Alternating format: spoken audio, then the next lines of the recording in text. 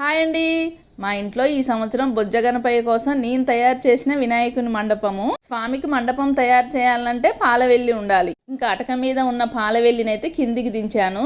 అసలు నాకు పాలవెల్లి కట్టడం రాదండి. ఇదే ఫస్ట్ టైం ట్రై చేస్తున్నాను. ఈ పాలవెల్లి కట్టడము, వినాయకుని స్వామి డెకరేషన్ అంతా మా పిల్లలు చేస్తారు ప్రతి సంవత్సరం కూడా. ఈ సంవత్సరం పిల్లలు ఇద్దరు కూడా అందుబాటులో లేరు.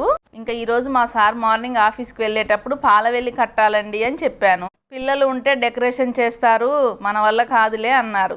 ఇంకా ఆయన ఆఫీస్కి వెళ్ళాక నేను ఒకసారి ట్రై చేద్దామని పాలవెల్లి అయితే తీశాను. స్వామి ఇది కుదిరేలా చూడయ్యా అని దండం పెట్టుకున్నాను. వెంటనే సెట్ అయిపోయిందండి. ఇంకా నా దగ్గర ఉన్న పూల దండలతో ఇలాగైతే వేసేసాను. ఇవి మెరుపుల దండలండి. ఇవి కూడా మా బాబు 5 years బ్యాకే తీసుకొచ్చాడు. ఎప్పుడు వాడే డెకరేషన్ చేస్తాడు.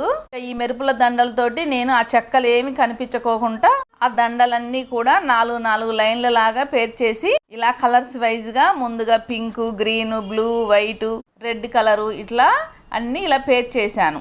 ఇలా వేయడం వల్ల అసలు చెక్కలు మొత్తం కనిపించుకోకుండా ఫుల్ఫిల్ అయిపోయింది మండపం అంతా కూడా. వరలక్ష్మి రథం డెకరేషన్ అయితే నేను చేసుకుంటాను, కానీ వినాయక స్వామి డెకరేషన్ అయితే ఇదే ఫస్ట్ టైం అండి చేయడము. కానీ బాగానే వచ్చినట్లుగా అనిపించింది. ఇంకా నా దగ్గర ఇలాంటి 2 పీటలు ఉన్నాయి. ఫస్ట్ అయితే ఒక పీటను తీసుకొచ్చి ఇక్కడ స్వామివారు సెట్ అవుతారా లేదా అని చెప్పి వేశాను. ఇక స్వామివారు అయితే పైన ఉంటారు కదా, ప్రసాదాల కోసం కింద 2 చెక్క పీటలు వేసి ఇంకొక పీట వేశాను. ఇలా చేస్తుంటే కొత్తగా ఆలోచనలు కూడా వస్తున్నాయి. ఇలా చూస్తే ఆ గూళ్ళల్లో కుందులు అవి కనిపిస్తున్నాయి. వాటినైతే ఇలా ఒక బ్లౌజ్ పీస్ తోటి కవర్ చేసేసాను. కింద ఈ చెక్క పీటల్ని కూడా ఇలా ఒక బ్లౌజ్ పీస్ తోటి సెట్ చేశాను. ఇక చివరిగా మా ఇంట్లో ఉన్న 2 గజరాజుల్ని ఇలా పెట్టేశాను. వెంటనే వినాయకుని మండపం కలొచ్చేసింది. ఫస్ట్ టైం చేసినప్పటికీ బాగానే ఉన్నట్లుగా అనిపించింది. ఇంతకీ నేను చేసిన గణనాథుని మండపం మీకు నచ్చిందా? ఓకే అండి, వీడియో నచ్చితే లైక్ చేయండి.